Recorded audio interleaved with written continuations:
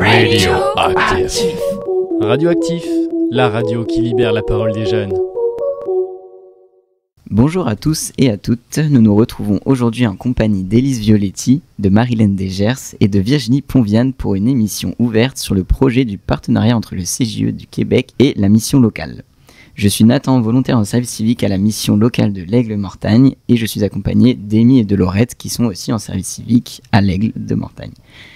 Tout d'abord, Madame Violetti, est-ce que vous pouvez nous expliquer votre parcours et votre rôle au sein du CJE ? Oui, tout à fait. Donc, moi, je suis entrée dans le monde des CJE en 2007, au moment où j'étais conseillère avec des jeunes.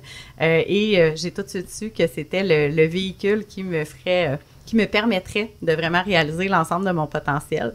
À travers ça, j'ai eu mes enfants j'ai fini par travailler au réseau des CJE au bout de 5 ans. Au réseau des CJE, c'est moi qui accompagnais les intervenants, qui formais les intervenants, qui accompagnais aussi les directions dans leur mandat, dans leur rôle. Je me suis rapidement rendu compte que le contact avec les jeunes, que l'impact de ce qui était développé, j'avais besoin de le voir un peu plus. Puis c'est à ce moment-là que j'ai eu la chance, je vais dire ça comme ça, que Nicolas, l'ancien directeur du CJE, décide d'aller relever des nouveaux défis. Je savais que le CJE Marguerite-Diouville était un CJE qui était assez dynamique, qui avait beaucoup de possibilités. Donc, je savais que ça coïnciderait avec ma personnalité, avec aussi ce que j'avais envie d'instaurer comme culture organisationnelle, comme façon de faire. Donc, je suis arrivée à la direction du CJE en 2018 et depuis ce temps-là, je peux dire il s'en est passé des développements, des projets j'avais eu la chance d'un peu collaborer avec la mission locale juste avant la pandémie. La pandémie a fait en sorte que les contacts ont été beaucoup plus difficiles donc je suis très heureuse d'être ici aujourd'hui pour être en mesure de redémarrer plus rondement parce que ça ne s'est jamais terminé. Mais disons qu'on avait des enjeux à pouvoir organiser les séjours et le maillage. Donc, je suis très heureuse d'être ici pour que ça puisse vraiment, qu'on puisse repartir ça et ramener toutes mes idées et les projets aussi au Québec. Donc, j'ai bien hâte à ça. Bon, on est très heureux de vous recevoir aussi. Et du coup, depuis que vous êtes passée directrice, est-ce que du coup, vous êtes moins proche des jeunes que quand vous étiez conseillère? Assurément, le rôle est bien différent, mais c'est sûr que par rapport au réseau, là, je suis beaucoup plus près. Je vois les jeunes, je les côtoie. Pas de manière quotidienne comme mes conseillers, mais c'est sûr que je m'assure d'aller vraiment plus près des jeunes, d'avoir accès à eux, que ce soit par le biais de mes conseillers, conseillères qui me ramènent l'information, mais aussi dans des activités plus directes. Là, c'est vraiment l'objectif parce que tout ce qu'on fait, c'est pour permettre à chacun des jeunes de déployer son plein potentiel. Donc, si ça n'a pas de sens pour les jeunes, ça fait pas de sens qu'on va réaliser. Donc, c'est vraiment important pour moi de voir l'impact de ce qu'on fait concrètement. Parce que des fois, on a des belles idées assis dans nos bureaux avec des beaux projets à écrire, mais est-ce que ça va vraiment être vécu sur le terrain? Est-ce qu'on va être capable de l'organiser? Puis est-ce que l'impact va être vraiment celui-là chez les jeunes? Il faut aller le valider. Donc, c'est important pour moi de garder ce lien-là, mais c'est sûr qu'en tant que directrice, je ne suis pas à tous les jours avec tous les jeunes, c'est sûr, à ce moment-là, mais mes conseillers et conseillères me ramènent toute l'information et c'est vraiment précieux. Et est-ce que ça vous manque? Certains jours, oui, mais c'est sûr que je le vois autrement, cet impact-là. Puis je pense que mon rôle maintenant me permet d'offrir tous les moyens à mes conseillers pour bien accompagner les jeunes, puis pour les jeunes de pouvoir développer leur plein potentiel. Je me suis rendu compte que oui, l'accès direct était une chose, mais là, j'ai réussi à trouver la bonne balance entre justement le fait d'être plus près des jeunes et le fait de pouvoir juste accompagner et donner les bons outils. Puis maintenant, ça me convient à 100%. Je fais un petit écart, mais est-ce que Marilène, vous ressentez la même chose en tant que directrice? Alors oui, tout à fait, mais par contre, contrairement à Élise, moi je viens pas du milieu de l'accompagnement, donc je suis tout à fait un autre profil. Moi je suis un profil financier. Je dis toujours au niveau de mes équipes que c'est vrai que c'est leur job à eux d'accompagner, mais je rejoins tout à fait Élise, c'est-à-dire qu'en fait c'est à eux de remonter tous les besoins, les informations, les choses qui sont ressenties sur le terrain, parce que ça, c'est très important. Je rappelle que la mission locale, on est associatif, donc c'est notre rôle avant tout, et on est là pour vraiment les besoins, alors des jeunes, mais aussi des entreprises et du territoire, pour permettre en effet que tout ça puisse s'articuler. Donc oui, je me rejoins. On échange depuis bientôt 3 jours avec Élise et on s'était déjà rencontrés par le passé dans mon dernier voyage. Elle me l'a rappelé l'autre jour quand j'avais été au Québec. Elle était à ce moment-là sur le réseau et donc j'ai eu la chance aussi moi de connaître Nicolas parce que c'est toujours un grand directeur et c'était quelqu'un qui était formidable. Et en effet. On a toujours eu ces liens, on s'est retrouvés il y a 2 jours et on a beaucoup de points communs en fait. Même si on n'a pas eu la même histoire, on a beaucoup de points communs. Élise aussi, c'est une femme formidable et qui est animée. Et je pense que je suis un peu animée, des fois on me le dit, peut-être trop, ou pas assez pour certaines choses, mais peut-être animée, je pense que on arrive par hasard, directeur ou directrice, en tout cas de mission locale, puisque c'était pas du tout mon objectif dans ma formation et dans ce que je voulais faire. On y reste parce que c'est un outil formidable. Et puis on y reste aussi parce que aujourd'hui, on vous voit, vous les jeunes. Nous, on a la chance de vous avoir au sein de notre structure, les volontaires notamment, pour vous voir évoluer, échanger avec nous rappeler aussi pourquoi on est là et quelles sont vos demandes et vos besoins. Donc ça, c'est très riche. D'accord. Alors on va repasser à vous, Élise. Est-ce que pour nos jeunes Français qui ne connaissent pas du tout comment ça se passe au Québec, vous pouvez expliquer concrètement ce que c'est un CJE ? Oui, en fait, ça ressemble beaucoup à une mission locale au niveau de l'accompagnement, au niveau de l'ouverture, la multitude aussi de projets, d'opportunités qui vous sont offertes. C'est très, très similaire. Donc, la différence, c'est que nous, ça va jusqu'à 35 ans. Donc, il y a vraiment une ouverture sur une population jeune, mais peut-être plus âgée que ce qui est ici. Mais sinon, tous les projets sont ouverts à l'ensemble du territoire. Ça fonctionne un peu de la même façon aussi. Il y a des CJE par territoire, comme vous avez des missions locales par territoire. Il y a vraiment énormément de similitudes, là. C'est ce qui fait aussi que le maillage est si facile à faire. Puis, ben, comme les missions locales, ben les CJE, c'est des gens de cœur, c'est des gens qui sont là justement par amour pour le véhicule, les opportunités, puis l'ensemble, le développement de la jeunesse. C'est sûr que je vois pas le jeune à tous les jours, mais je vois le jeune arriver. Puis souvent, mon bureau est à l'accueil. Donc, quand que les jeunes arrivent à l'accueil, je les vois arriver la première fois. Et quand on les voit après quelques rendez-vous, après quelques rencontres, quand on les voit réaliser des actions comme vous faites aujourd'hui, c'est là on se rend compte à quel point, OK, ce qu'on fait, ça vaut la peine, on est à la bonne place. Donc, c'est vraiment très, très similaire. Fait que bien que vous connaissez pas le Québec, si vous voyez ces JE, dites-vous, si vous allez au Québec, dites-vous que vous pouvez cogner, allez voir, puis c'est sûr que vous allez trouver quelque chose peut-être d'intéressant, que vous allez être en mesure d'avoir un accueil, du moins, qui est similaire à ce que vous recevez dans les missions locales, ça, c'est certain. Au niveau de la reconnaissance à l'État, est-ce que c'est une structure associative aussi ? C'est différent un peu de ce que sont les missions locales à ce niveau-là, par contre.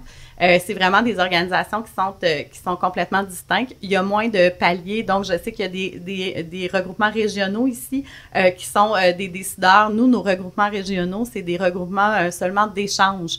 C'est pas des regroupements qui sont dans un but de prendre des décisions, ces choses-là. Là. Donc voilà, c'est un peu différent à ce niveau-là. Mais sinon, ça se ressemble. Il y a une belle reconnaissance des paliers gouvernementaux, mais nous ne sommes pas des entités publiques. Donc, c'est la différence peut-être. L'une d'entre vous, je pense, pourra me répondre. Comment ça se fait qu'il y a une différence d'âge, justement, on en parlait, vous, ça va jusqu'à 35 ans, nous, c'est jusqu'à 25 et 30 si les personnes sont handicapées. Comment est-ce qu'on peut expliquer cette différence d'âge ? Qui est-ce qui fixe vraiment ça ? Est-ce que ça peut changer ? Comment ça tourne ? Alors, ça peut changer puisqu'en fait, à la mission locale l'Aigle-Mortagne, on a fait la modification de notre statut et on peut accompagner des adultes, notamment dans le cadre du groupement de créateurs.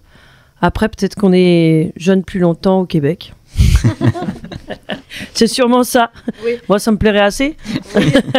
Bien, assurément, la jeunesse au Québec, c'est un des lieux où la jeunesse est considérée jeunesse le plus longtemps. Même au Canada, c'est 30 ans. Puis nous, c'est 35 ans au Québec. Donc, il y a quand même, c'est ça, cette vision-là.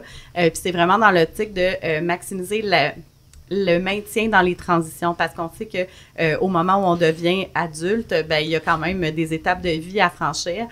Puis ben c'est jusqu'à 35 ans, parce que la consolidation un peu du projet de vie se fait justement à ce moment-là. C'est pas au début de la vingtaine que la consolidation du projet de vie peut se réaliser. Donc, on a cette chance-là de pouvoir accompagner de manière plus officielle, dans le fond, les jeunes de ces âges-là. Mais c'est sûr que le but des CJE, comme des missions locales, c'est de répondre aux besoins des gens qui vont venir nous rencontrer. Donc, c'est vraiment dans cette optique-là. Puis je pense aussi que c'est lié en France aux politiques publiques, puisqu'en fait, à partir de 26 ans, une personne qui se retrouve encore en difficulté ou avec certains freins à l'emploi peut bénéficier du RSA. Donc en fait, part sur un autre type d'accompagnement, en fait, finalement, avec soit une orientation vers France Travail ou les assistantes sociales, ou même en mission locale pour certains dispositifs. Mais voilà, je pense qu'en fait, c'est une succession, et ça, on aime beaucoup ça en France, mais une succession de dispositifs ou de moyens, et que chaque personne peut trouver à un moment donné, en effet dans son âge, quel qu'il soit, une réponse à leurs besoins. On peut passer de l'éducation nationale à la mission locale, à France Travail, au département avec les assistantes sociales. Donc je pense qu'en effet, cet âge aussi a été calé avec cette politique qui était à l'époque de la création des missions locales et après dans la mise en place du RMI et aujourd'hui le RSA, et que chaque population a un référent dans son accompagnement. Ok, maintenant on va passer au projet. Pourquoi collaborer spécialement avec la mission locale de l'Aigle? Oui, bien, au départ, ça s'est fait parce que c'est Boucherville, qui est une des villes de mon territoire, est jumelée avec Mortagne-au-Perche. Et c'est le maillage qui s'est fait de manière vraiment intuitive, et c'est comme ça que ça a commencé. Ça a commencé bien avant moi, là, manifestement. C'est avec Nicolas que les premiers liens ont été réalisés. Au départ, c'était uniquement parce qu'on était deux villes jumelées. Je pense qu'on a retrouvé beaucoup de similitudes dans le dynamisme, dans la réalisation des projets. Ça a toujours été un maillage facile à ce niveau-là. Donc, c'est un peu comme ça que ça a commencé. Puis je pense que c'est pour ça que ça continue, parce que sinon, je pense que ça se serait arrêté si on n'avait pas trouvé cette connexion autre que on est les deux villes jumelées. Bien, ça prend autre chose pour pouvoir continuer, puis être en mesure d'avoir envie de continuer de travailler ensemble aussi, là. Donc ça, c'est sûr.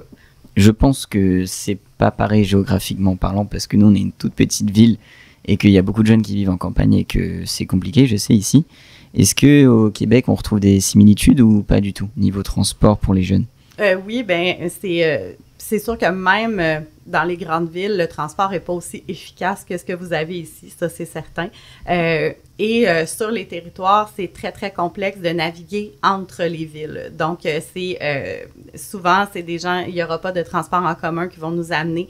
Puis c'est un peu sur mon territoire notamment, notre point de service principal est situé à Boucherville, qui est une grande ville, mais pour que les gens puissent venir chez nous des autres villes, ils doivent passer par Longueuil, qui est l'autre grande ville. Donc, c'est très, très compliqué. Puis, ben, ça met certains freins à la participation des jeunes parce que, justement, c'est difficile de se déplacer de manière autonome. Donc, c'est pour ça qu'on se déplace, nous, sur le territoire pour aller à la rencontre des jeunes, pour s'assurer, justement, qu'ils puissent avoir accès aux services. Et à même mon territoire, on a Boucherville qui est urbain et on a aussi des territoires qui sont complètement agricoles, et des gens qui sont en campagne. Donc, on a beau pas être à une très grande distance, il y a quand même une très grande différence au niveau de la géographie et du type de jeunes, dans le fond, qui se retrouvent sur chacun des territoires. Alors, je fais un petit lien parce que je me suis renseigné un petit peu sur vous et je suis tombé sur une interview que vous avez fait avec Cube Radio. Ah oui? Et dedans, vous dites que du coup, le taux de chômage chez les jeunes, il atteint un pic cette année, parce qu'il me semble que l'interview, elle date de juillet ou août. Exact. Et dedans, du coup, vous dites que le taux de chômage, il est au pic, par exemple, qu'il avait en 2017, il me semble. Mm-hmm. C'est ça que vous dites. Et est-ce que vous l'expliquez notamment par cette raison géographique, ou est-ce que c'est autre chose, peut-être à cause du Covid, ou je ne sais pas comment? Oui, ben en fait, c'est ça qui est un peu alarmant parce que le taux de chômage chez les jeunes est le double du taux de chômage pour le reste de la population. Et sur nos territoires, ça fait en sorte que c'est très, très complexe. Je ne pense pas que c'est seulement le transport et le niveau géographique qui vient expliquer ça. Le contexte économique est vraiment un des points les plus importants. Il y a beaucoup d'usines qui ont fermé leurs portes. Il y a beaucoup de postes qui ont été abolis.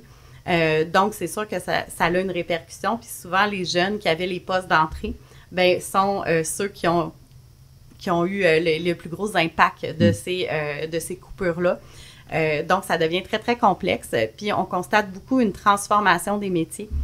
Donc, des jeunes qui étaient qualifiés, qui occupaient un emploi qualifié, qui se retrouvent sans emploi parce que ce domaine-là est moins en demande, se retrouvent avec une incapacité de retrouver un emploi avec ces qualifications-là. Ils doivent retrouver d'autres qualifications, mais n'ont pas accès à l'ensemble des formations qui peuvent être disponibles. Et, ben oui, ils peuvent accéder à l'emploi au restaurant du coin comme serveur, mais si eux, ce qu'ils veulent, c'est développer leurs compétences pour lesquelles ils ont étudié. Donc, ça devient un peu complexe. Donc, le taux de chômage chez les jeunes s'explique par beaucoup le contexte économique, s'explique aussi par l'ensemble aussi des besoins qui sont en transformation avec l'intégration de l'intelligence artificielle de plus en plus dans les métiers.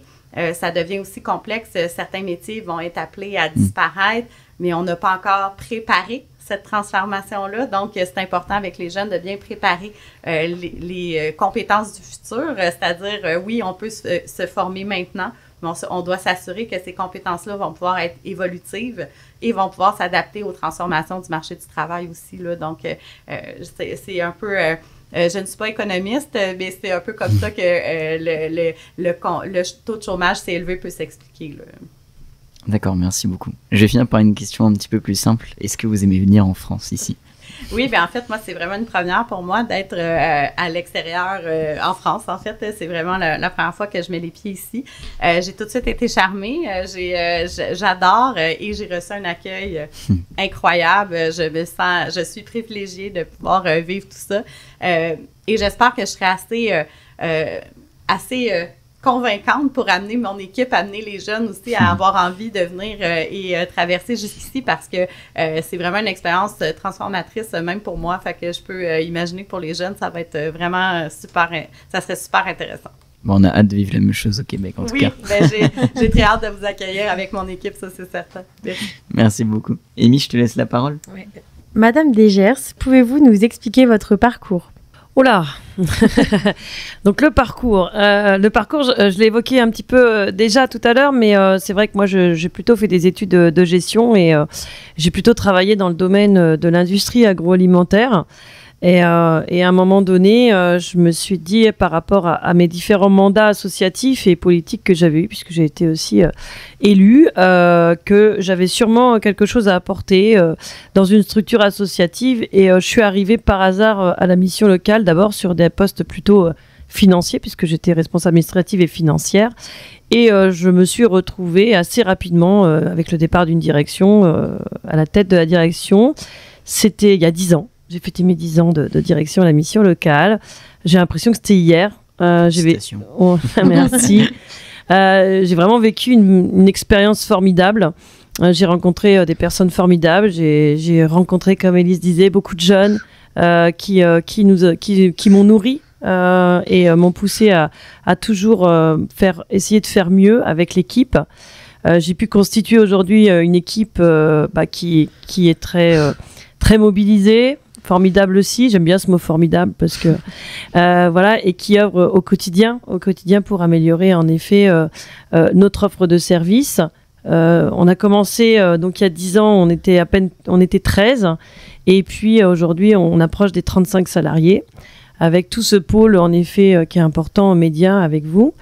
Pour la petite anecdote, quand j'ai pris le poste de direction, on me l'a proposé, j'ai fait en bonne et due forme le recrutement devant tout un jury de conseil d'administration. J'ai eu le poste et 3 jours après, on m'a dit « Bon, bah voilà, il y a le poste, mais dans 1 mois, vous partez au Québec. » Alors, j'avoue que c'est pareil, c'était ma première. Donc, le projet Québec était déjà... Québec et la relation avec Boucherville était déjà initiée avant mon arrivée. Au première vue, franchement, j'étais pas fan. Je m'étais dit, oh là là, je comprends pas bien comment... J'étais très pragmatique, comment on va faire pour envoyer des jeunes, recevoir des professionnels, quelle va être la plus-value. Tout de suite, j'ai vu, à l'époque c'était les francs, mais je dis ça va coûter cher. Voilà, je me suis mis beaucoup de freins. Et finalement, je suis partie là-bas et j'ai rencontré donc 3 directeurs et 3 structures complètement différentes qui étaient Boucherville, donc Nicolas dont on a déjà parlé, qui m'a vraiment ouvert toute cette capacité de projet que j'ai pu développer après. Un autre directeur qui était sur Mont-Tremblant, Marc-André, et avec qui Mont-Tremblant on échange toujours, et on a eu l'occasion par le passé de recevoir un volontaire en service civique. Et puis une autre structure qui est beaucoup plus, une autre structure et une ville plus universitaire et une grande ville qui est Sherbrooke, qui pouvait apporter notamment des stages professionnalisants pour les jeunes. Donc on a développé avant Covid tous ces échanges, et au final j'avais tout faux, parce que je me suis rendu compte que c'était à la fois pour les professionnels mais surtout pour les jeunes une merveilleuse expérience qui permettait finalement de lever beaucoup de freins. Vous allez voir, quand vous allez revenir, vous allez être changé. Et puis je vais rejoindre encore toi, Élise, mais moi ça m'a changé. Le Québec m'a changé. Pourquoi avoir voulu ou choisi de collaborer avec le Québec, en particulier les CJE? Oui, je l'ai un peu expliqué. J'ai extrapolé sur le fait. Pourquoi dans un premier temps, j'ai pas eu trop le choix. Et puis après, j'ai trouvé vraiment le volet, toute cette bienveillance d'accueil du public que c'est vrai, moi d'un point de vue professionnel, avec mon parcours, me manquait peut-être. Et cette ouverture, vraiment j'y ai trouvé une ouverture. Et puis pour les jeunes, on se ressemble, Élise l'a dit, on se ressemble. Le CJE, moi je dis toujours, c'est nos frères et sœurs, c'est nos cousins, donc on se ressemble. Et puis le fait qu'on soit jumelés, c'était facilitateur par rapport aux relations. Même si parfois ils ont des expressions un peu bizarres. Mais faut pas hésiter à leur demander ce qu'ils veulent dire quand on comprend pas bien ou que ça veut pas dire la même chose. Mais du coup, non, c'était vraiment une collaboration, mais vraiment importante, et même dans nos démarches de professionnels aussi, de nos démarches de pratique professionnelle. On sait quand même échanger des outils aussi, des projets. Aujourd'hui, ce matin, on a encore travaillé ensemble, il y a beaucoup d'échanges. Et c'est vraiment intéressant, parce que finalement, c'est pas non plus tout à fait la même culture. Donc, ça nous permet de voir des choses qui sont faites différemment et de s'en inspirer.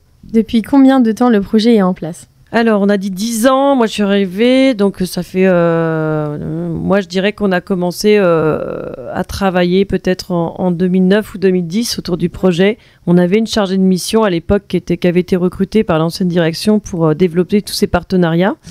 Et puis notre président était parti, le premier qui est parti au Québec, c'était avec la chargée de projet, est parti pour rencontrer tous les CJE et même des entrepreneurs pour comprendre un petit peu. Parce qu'au début, on est parti là-bas parce que nous, on avait une grosse problématique justement du chômage des jeunes, et qui était très élevé. Et là-bas, c'était le plein emploi.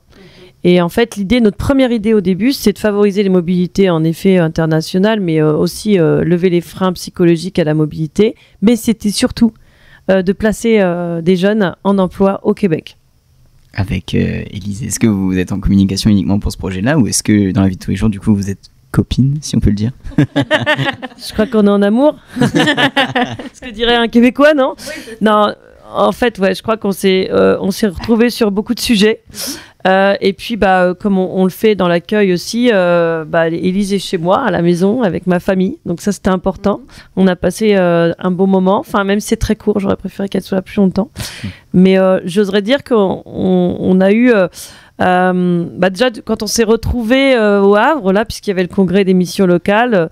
Première chose d'Élise, c'est qu'elle m'a fait un gros câlin en arrivant. Alors, je suis pas trop tactile, l'équipe le sait ici, mais bon, j'ai bien vu que c'était important, je l'ai fait.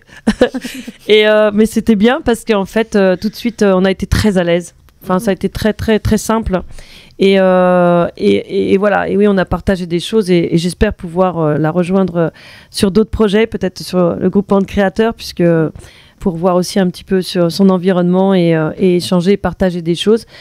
Parce que même si on a une équipe et on est très soutenu par nos présidents, nous les directeurs, là c'est différent, on est de pair à pair, et il y a encore une barrière, encore une autre qui saute, parce qu'en fait il n'y a pas d'enjeu, il n'y a pas d'enjeu de relations ou financier, donc et c'est si simple.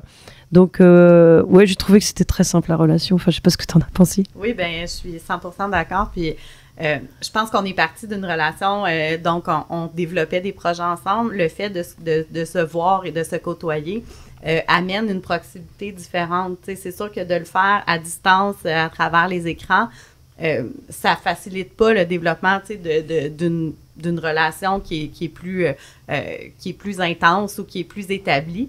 Le fait d'être ici puis d'avoir été accueilli directement dans sa famille et tout ça, c'est sûr que ça crée des liens. Puis ben ça nous a permis aussi de voir certaines similitudes, certains points communs. Donc c'est sûr que je pense que c'est ce qui va permettre d'aller plus loin, et de là aussi l'importance de maximiser les rencontres, pas juste le contact à distance ou ces choses-là. Je pense que les rencontres font en sorte qu'on peut vraiment maximiser ces liens-là. Comment voyez-vous le futur des missions locales, notamment grâce à ce projet ? Ces projets avec les Carrefour Jeunesse doivent donner des opportunités aux jeunes. Je pense que c'est l'ADN même des missions locales. Enfin, Bertrand Schwartz, quand il a créé les missions locales, l'idée c'était vraiment de créer un espace où on allait pouvoir accueillir, orienter, accompagner les jeunes du territoire. Il est clair que les missions locales, elles ont un avenir. Comme dirait notre vice-président, de toute façon, si la mission locale n'existait pas, il faudrait l'inventer. On a notre place dans l'environnement. Je pense que je pense que ces projets, justement, c'est une volonté de notre structure de développer des projets, de les accompagner pour permettre aux jeunes de vivre le maximum d'expériences. Donc, il faudrait interroger les jeunes, mais je pense que de vivre, vous allez voir, mais vous allez nous le redire, mais vivre cette expérience de mobilité internationale, et en plus au Québec, avec, on va dire, pas de barrière de la langue, va vous permettre d'être complètement en immersion, et vraiment, je vous souhaite le plus beau des voyages. Merci. Du coup, Madame Ponviane, est-ce que vous pouvez nous présenter le projet Tepa Game et nous dire quel est votre rôle dans ce projet ? Alors je pense que déjà les deux directrices ont fait un bon résumé. Le projet Tepa Game, on l'a écrit avec l'idée de relancer la mobilité internationale, de faire vivre des expériences de mobilité internationale aux jeunes, avec tout ce que ça apporte, ne serait-ce que les sourires déjà là des personnes qui ont vécu ces expériences, l'apport enrichissant, tout ce qui va être de la prise de confiance, tout ce qui va être la montée en compétences. Donc nous, l'idée d'écrire ce projet, c'était de relancer ça avec le Québec, parce que c'est un partenaire alors historique et puis presque amical, si on peut vous entendre aussi, au fur et à mesure des années. Donc l'objectif de ce projet, ça va être de relancer les partenariats et puis d'amener des jeunes à vivre, vous quatre, l'expérience de partir au Québec et de vous enrichir à votre tour, et de nous rapporter plein de choses, des supports, de donner envie à votre tour aux autres jeunes qu'on accompagne de partir. Déjà, l'objectif de ce projet, c'est ça. Et puis moi, mon rôle dans ce séjour collectif qu'on va vivre entre Montréal et Boucherville, ça va être de vous accompagner, vous volontaires, et puis d'aller voir les partenaires et de m'enrichir à mon tour de tout ce qu'ils font sur le terrain, de leur manière d'accueillir les jeunes, ce qu'ils proposent, et puis de garder des liens réguliers. Je pense que ça va être important pour la suite. Comment décidez-vous des temps de séjour, des personnes qui partiront et du programme ? Le temps de séjour, on s'est basé un peu sur des expériences passées. La structure, ça fait des années qu'elle accompagne des jeunes à partir à l'international. Alors, il y a eu de nombreux pays. Le Québec, toujours un ancrage particulier. Il y a eu déjà des séjours qui ont été envisagés, des séjours de 10 jours pour des jeunes en collectif. On se dit que c'est une première expérience courte, qui permet d'avoir une première approche d'un pays, peut-être de partir plus longtemps de vous-même par la suite. Et puis on a toujours entre la réalité, et puis il y a des coûts financiers aussi sur le terrain, il y a des injonctions. On a la chance là d'être soutenu par le département et l'OFQJ pour ce séjour. Mais voilà, donc on essaye de jongler entre l'apport en termes de timing et puis les réalités financières et humaines derrière. Y a-t-il eu des retours de jeunes qui ont décidé de partir au Québec ? Il y en a qui sont restés. Il y en a qui s'est tellement plu sur un dernier séjour, d'ailleurs, qui était parti un peu en service civique, qu'il a décidé d'y vivre. Donc c'est plutôt positif, je pense, dans cette expérience. Il y travaille. Et puis oui, on a des jeunes sur le territoire qui sont partis, certains qui travaillent aux alentours. Je pense à Sophie qui avait fait un super carnet de voyage sur son séjour. Les jeunes, oui, après, j'ai envie de dire, maintenant, ils sont autonomes. Leur expérience, je pense qu'on les retrouve. Ils sont assez changés quand ils reviennent. Comme dit Marilène, vous allez voir vous aussi lors de votre expérience. Mais je pense sur la suite et la prise de confiance, c'est assez important. Donc les jeunes qui sont partis au Québec, en tout cas pour nous, ils sont en emploi, en formation, dans leur projet, en tout cas de vie, et c'est plutôt chouette. Que des retours positifs pour l'instant. Merci beaucoup. J'invite les téléspectateurs à rester attentifs aux réseaux sociaux parce que, comme vous l'avez dit, on va au Québec, donc on alimentera quotidiennement quasiment les réseaux sociaux vis-à-vis de ça. Et surtout à Boucherville.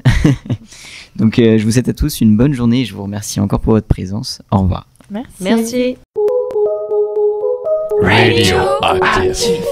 Radioactif, la radio qui libère la parole des jeunes.